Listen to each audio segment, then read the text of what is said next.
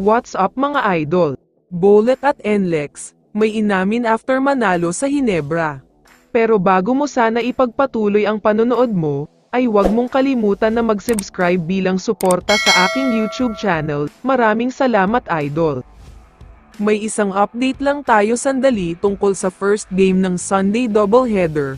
Official na kasing nakuha ng TNT Tropang Giga ang unang pwesto sa Group A, matapos nilang tinambakan ng 20 points ang Northport.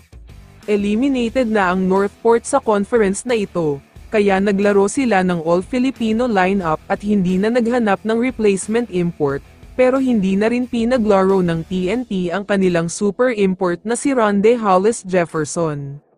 Dagdag update na din tungkol kay Arvin Tolentino, dahil posibleng ito na daw ang huling game niya sa Northport Batang Pier, dahil nalalapit na ang pagtatapos ng kontrata niya, kaya malaki ang chance na aalis na siya dito.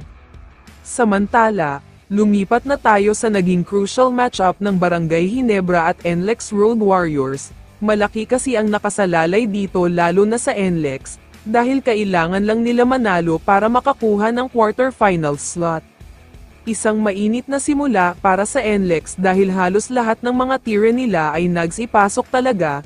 Sobrang swerte sila dito dahil kahit ibinabato lang nila ay pumapasok pa rin, kaya naman umabot sa halos double digit ang kalamangan nila dito.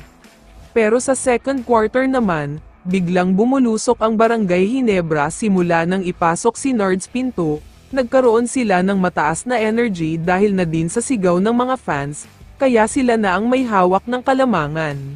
Napanatili nila ang init ng laro nila sa quarter na ito, kaya naman umabot na sa halos double digit ang kalamangan nila.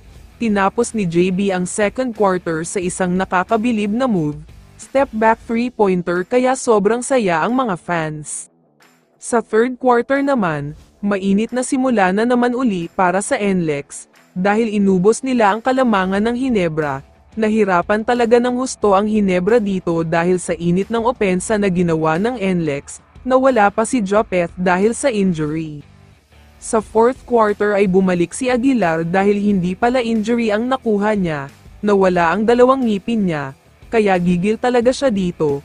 Silang dalawa na din ni JB ang nag-lead sa Hinebra sa quarter na ito kaya umabot sa overtime.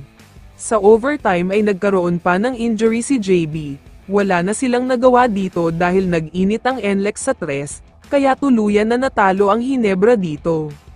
Samantala, pagkatapos naman ng laban ay may sinabi si Bullet at NLEX sa Hinebra, alam daw nila na hindi all out ang mga ito dahil halos walang kwentang laro na ito para sa kanila, pero sobrang lakas pa rin daw talaga, ibang klase daw talaga ang Hinebra at nakakabilib daw ng sobra.